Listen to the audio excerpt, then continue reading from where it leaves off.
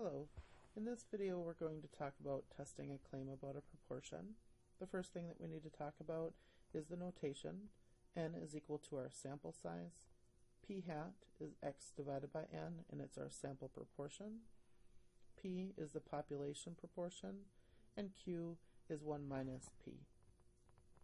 The requirements are that we have a simple random sample, the binomial distribution conditions are satisfied, and both NP and NQ need to be greater than or equal to 5. Our test statistic is z equals p hat minus p divided by the square root of pq over n. The four basic elements that you need to show for every hypothesis test you do is a statement of the null and the alternative hypothesis, a graph showing the appropriate distribution, the test statistic, and either the p-value or the critical values, and the critical region. A statement of either reject the null or fail to reject the null, a summary statement of the conclusion, which should be in non-technical terms and should be addressed in the original claim. There's a very specific way that you make this statement, and there is in the formula sheet that you will be provided on a test, has a chart of how you would say that. So make sure that you're familiar with this. So if the original claim contains the equality, meaning that it's in the null, then you would do make the statement in one of these two ways. If the claim is in the alternative hypothesis, then these two boxes are how you would state your claim. So become familiar with that and how you make these conclusion statements.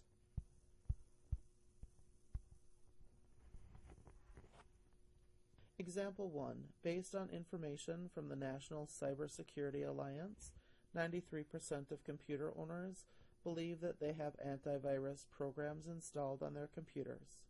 In a random sample of 400 scanned computers, it is found that 380 of them, or 95%, actually have antivirus programs. Use the sample data from the scanned computers to test the claim that 93% of computers have antivirus programs. The first thing that we need to do is state the claim and the opposite.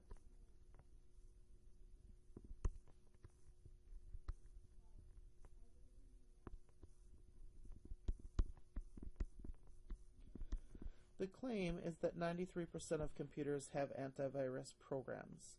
So that would be P is equal to 0.93. The opposite of that would be P is not equal to 0.93. The null is the one of these that contains the equal sign. So that would be P is equal to 0.93. And the alternative is the one that does not contain the equal sign. So that would be P is not equal to 0.93.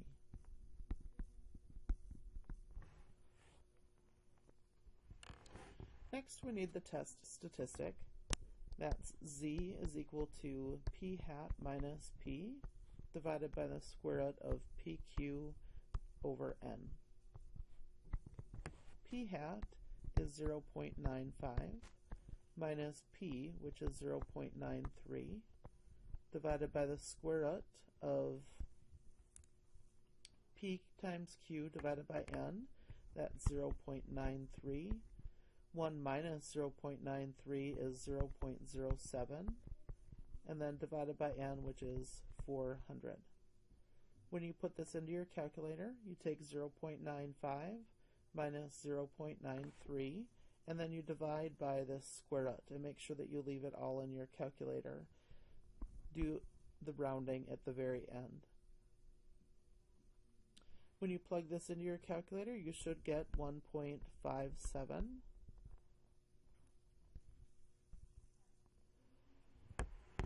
Next, we need to figure out what our critical values are and our p-value.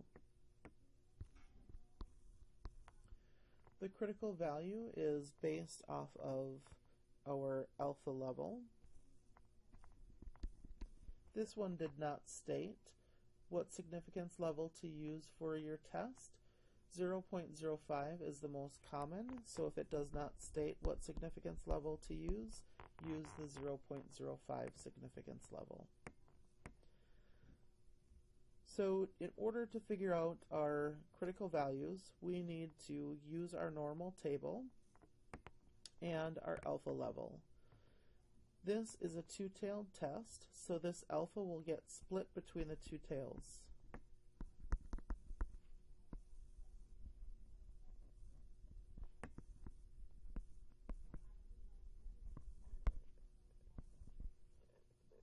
So if we take this 0.05 and divide it by 2, we get 0.025 in each tail.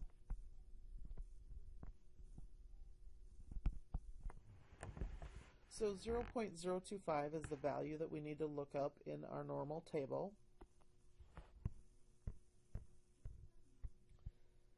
We need to, within the body of the table, find the number 0.025.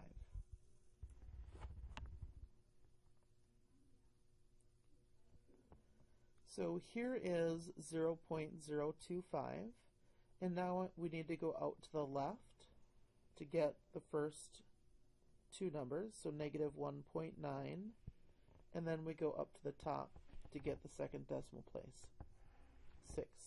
So negative 1.96,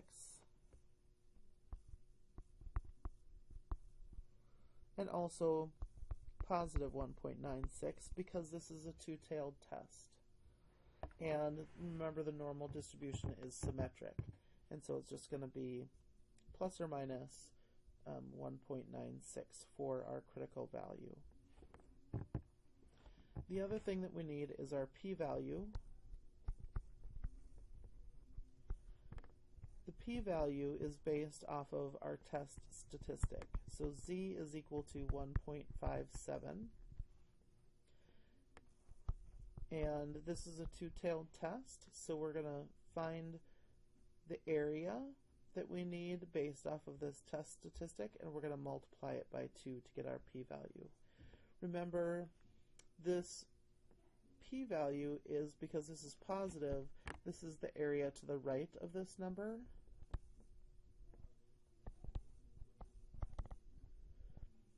But the table only gives you areas to the left. So when you're looking this up in your table, you're really going to look up negative 1.57 in the table.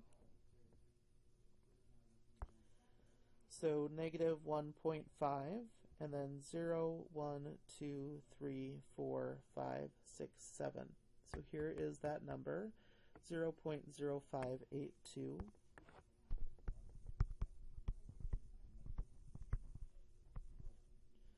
And multiplying 2 times 0.0582 gives us 0.1164. So this is our p-value. Now let's make some graphs. So if you're going to do it using the critical value method, then write down CV equals negative 1.96. That's your first critical value on the left. And on the right, we have our critical value of 1.96. So clearly mark those, that those are your critical values, and then put your test statistic in there. So the 1.57, which is our test statistic z, is in between our critical values.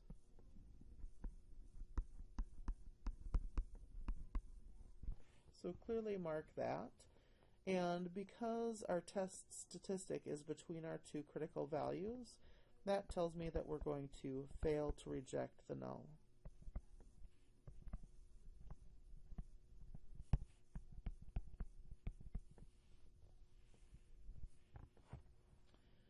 When you're doing it with p-values, then what you're doing is comparing your alpha to your p-value. Alpha is 0.05. and our p-value is 0.1164. And since 0.1164 is greater than 0.05, our significance level, that tells us the same thing, that we're going to fail to reject.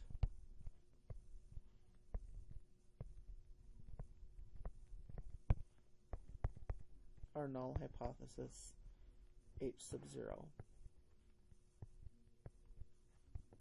So you could do a graph for this as well. So if you're going to do the p-value method, then you could make your graph and then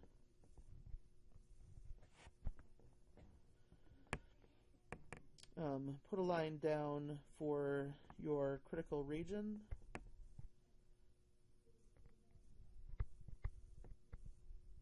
And that area of the critical region, now remember the critical region is the area where if your test statistic falls in there, you're going to reject.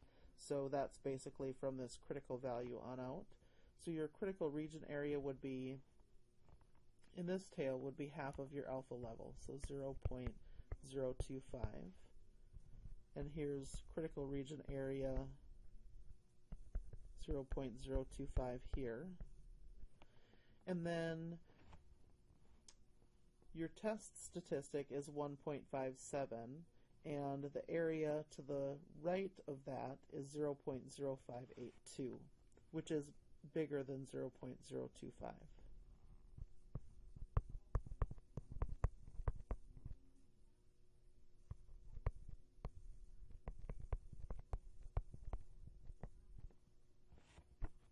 This critical region has this area, and from your test statistic out, that area is 0.0582. So you could draw a little picture like this. And the last thing that we need to do is to make our conclusion statement.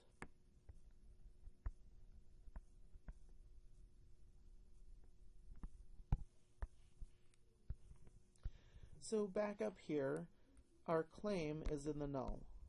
And I always like to make a little note as to where my claim is. Your statement is always going to be about the claim. And we are failing to reject the null.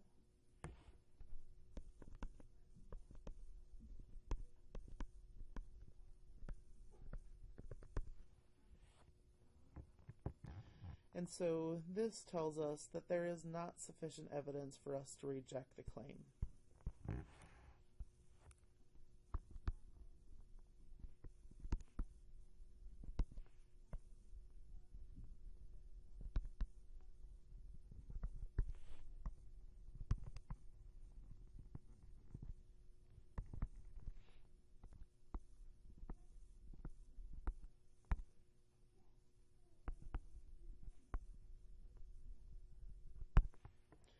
And then you write down what the claim is. So just restate what it says up in the word problem.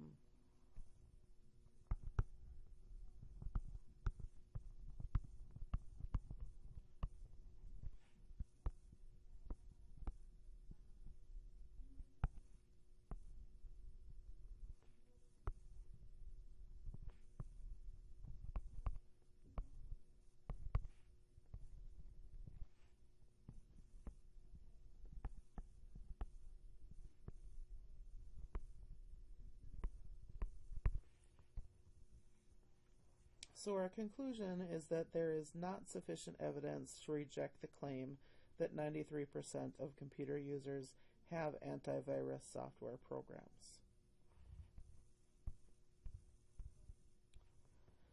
In our next example, there is data showing that when a county clerk in Essex County, New Jersey, selected candidates for positions on election ballots, Democrats were selected first in 40 of 41 ballots. Because he was supposed to use a method of random selection, Republicans claim that instead of using randomness, he uses methods that favor Democrats. Uses 0.05 significance level to test the claim that the method favored Democrats. So the first thing that we need to do is write out the claim and the opposite. The claim is that the method favored Democrats. So if it favors Democrats, then P would have to be greater than 0.5. Next, we need the opposite.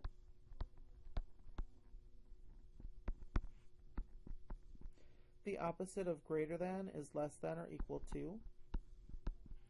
So our opposite is p is less than or equal to 0.5. Our null hypothesis is the one that contains the equal sign, so that would be our opposite. So that's going to be p is equal to 0.5. And remember, the null never contains an inequality. It's always equal. The alternative hypothesis then is the claim. P is greater than 0.5. So just make a little note that that's your claim. Next, we need to calculate our test statistic. That z is equal to p hat minus p divided by the square root of pq over n. P hat here is 40 divided by 41, so we need to do a quick calculation for p hat.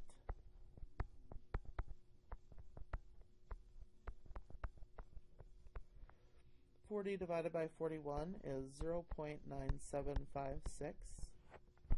So 0.9756 minus p is 0.5, and then divided by the square root of p times q over n.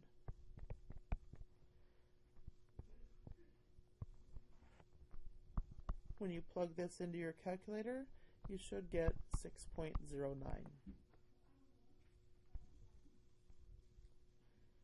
Now we need to find our critical value and our p-value. You'll only need to figure out one of these. The critical value, remember, is based off of alpha. Alpha for this one is, again, 0.05. But this is a right-tailed test.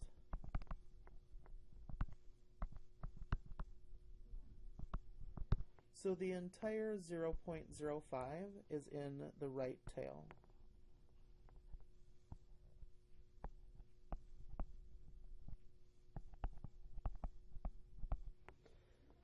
So we need to bring up our z-table, and we need to find the value 0.05 in the table. When you're looking these up, you're always going to be looking in the negative end of the table, the negative side of the z-table, but you would either use that negative number that you look up, or you would use, in this case, positive because it's a right-tailed test. You'll use the negative value for a left-tailed test, the positive value for a right-tailed test. So we need to find 0.05 in our table. Here is the value 0.05. Because it's one of the stars, we need to follow the arrow back. So that goes back to 1.645.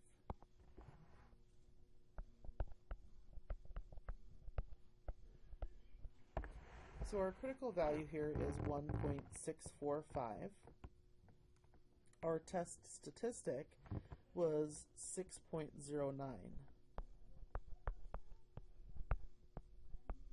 So that is definitely in the tail, and so that tells me that I'm going to reject the null.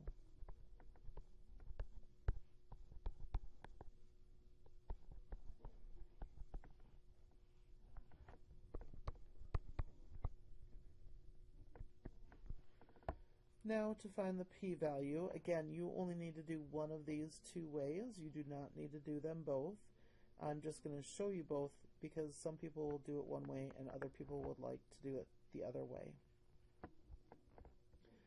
So in order to find the p-value,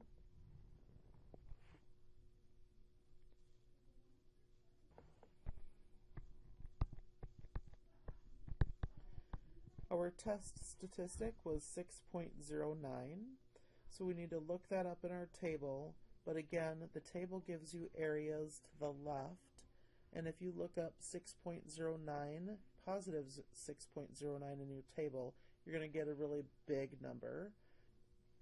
We really want the area to the right in order to find the p-value. So instead of looking up positive 6.09, I'm going to look up negative 6.09. And your table doesn't have that in there. If you're negative 3.5 or lower, and we are lower than negative 3.5, you would use this number, so 0.0001.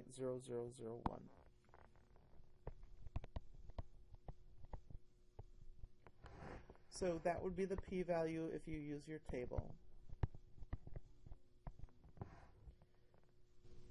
Alpha level is 0.05.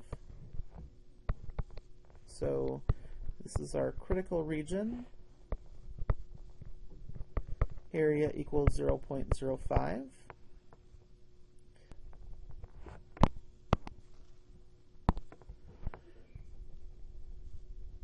Here's our test statistic.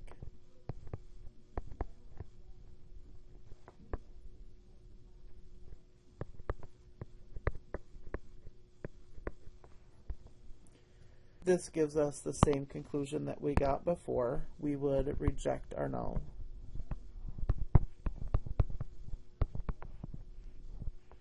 And this is because our p-value is less than alpha.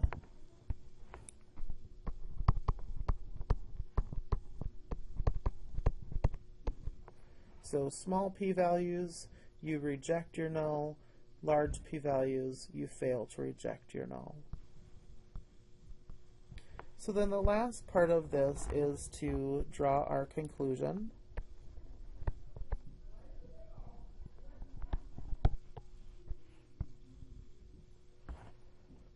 There is sufficient evidence to support the claim.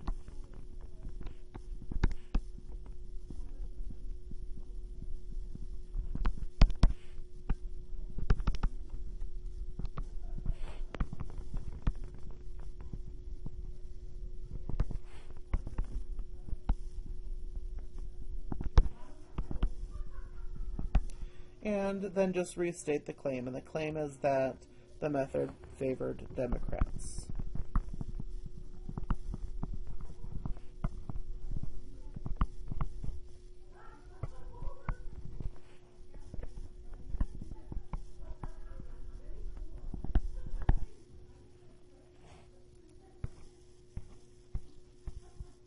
In our next example, a Harris poll of 514 human resource professionals, 45.9% said that body piercings and tattoos were big grooming red flags. Use a 0.01 significance level to test the claim that less than half of all human resource professionals say that body piercings are big grooming red flags. The first thing that we need to do is state our claim and the opposite.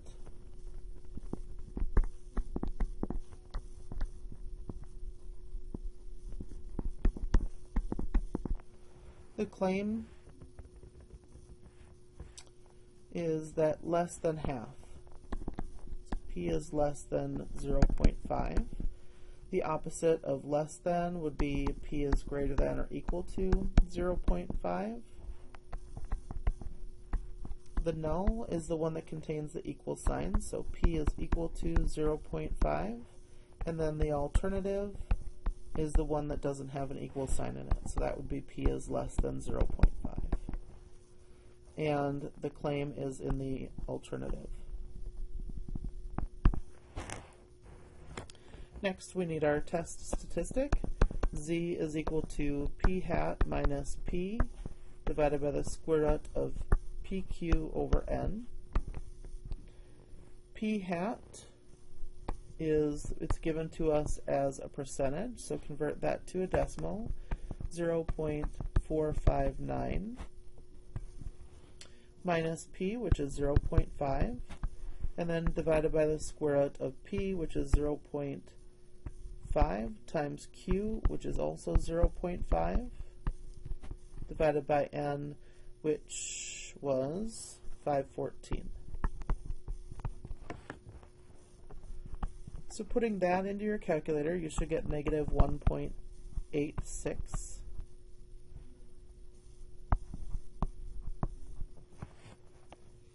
Then we need to find the critical value and put it on a graph. And I'll also find the p-value. So the critical value is based off of alpha, and alpha for this one is 0.01. It's a left-tailed test.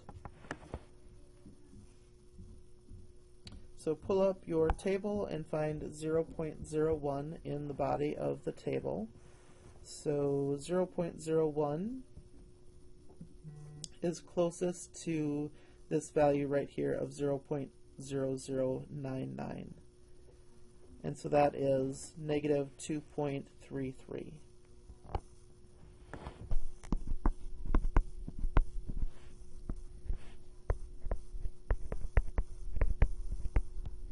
And our test statistic is negative 1.86.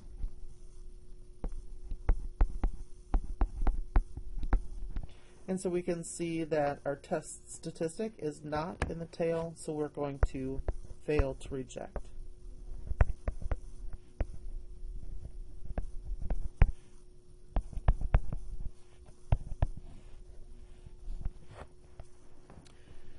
Then to find the p-value, this again is based off of your test statistic. And so we would look up negative 1.86 in the table. So negative 1.8 and then 0, 1, 2, 3, 4, 5, 6. So 0.0314.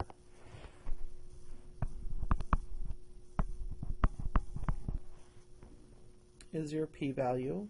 Then you need to compare the p-value to alpha. And 0.0314 is greater than 0.01. And so that tells us that we would fail to reject.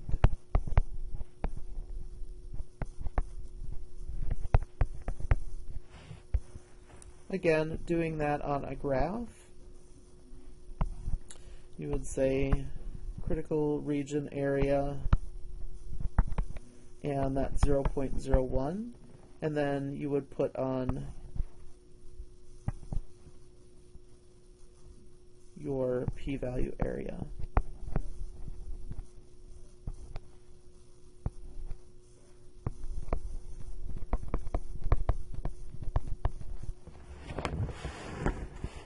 And just make sure that those things are clearly marked when you're doing them.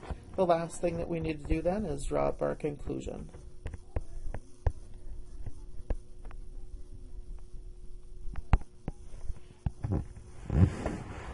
So we're failing to reject the null.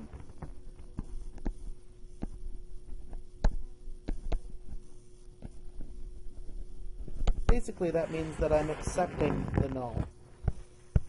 And so we make our statement about the claim. So there is not sufficient evidence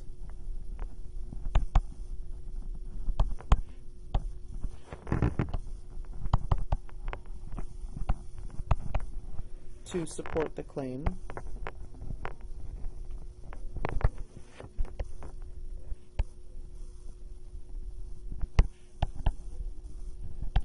That, and then you just restate the claim. Less than half of all human resource professionals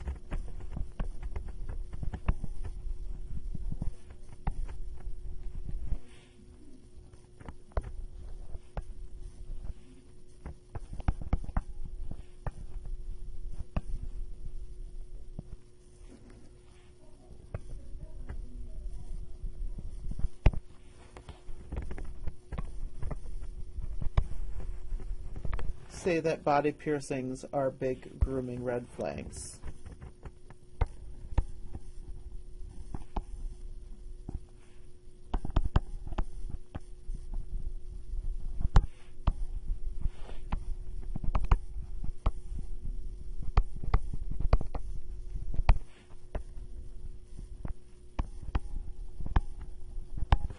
So if you own a graphing calculator and you want to do these,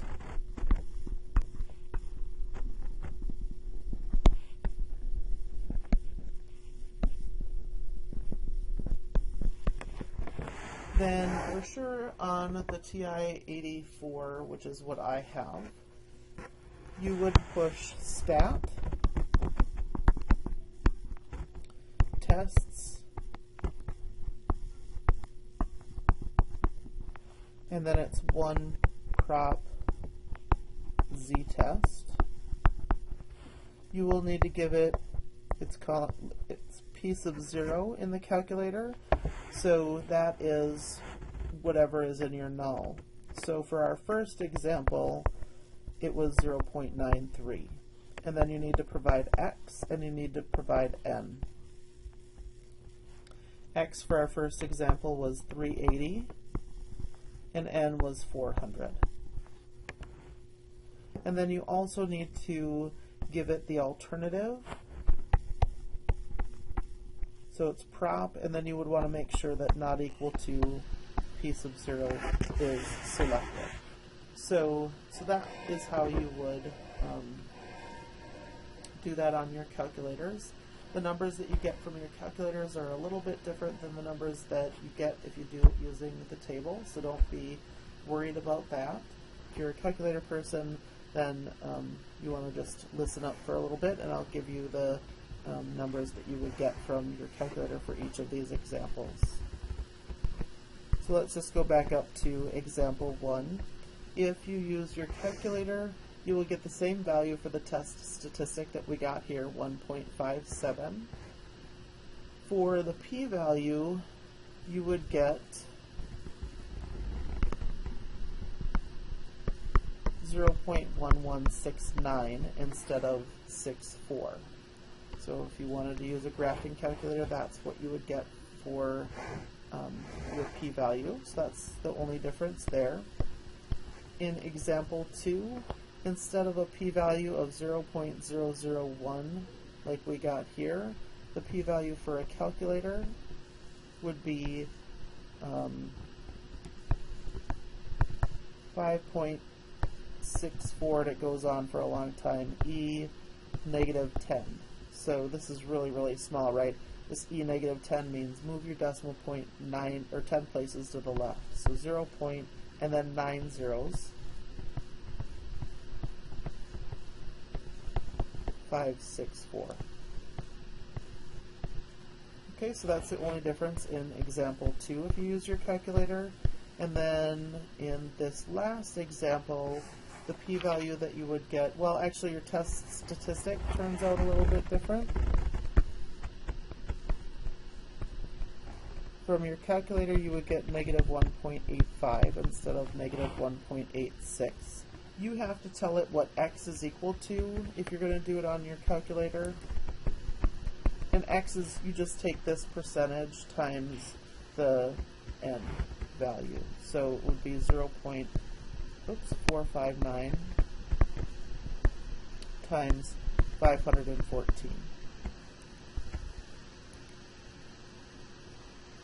So that would give you 236 for your x value when you plug that in. So we get a slightly different test statistic this time. P-value from the calculator would be 0.032. So a little bit different p-value from the calculator as well. And if you want 4 decimal places, put a 0 on the end of that also. So that's it for this video. Let me know if you have any questions, and I hope you're having a great day.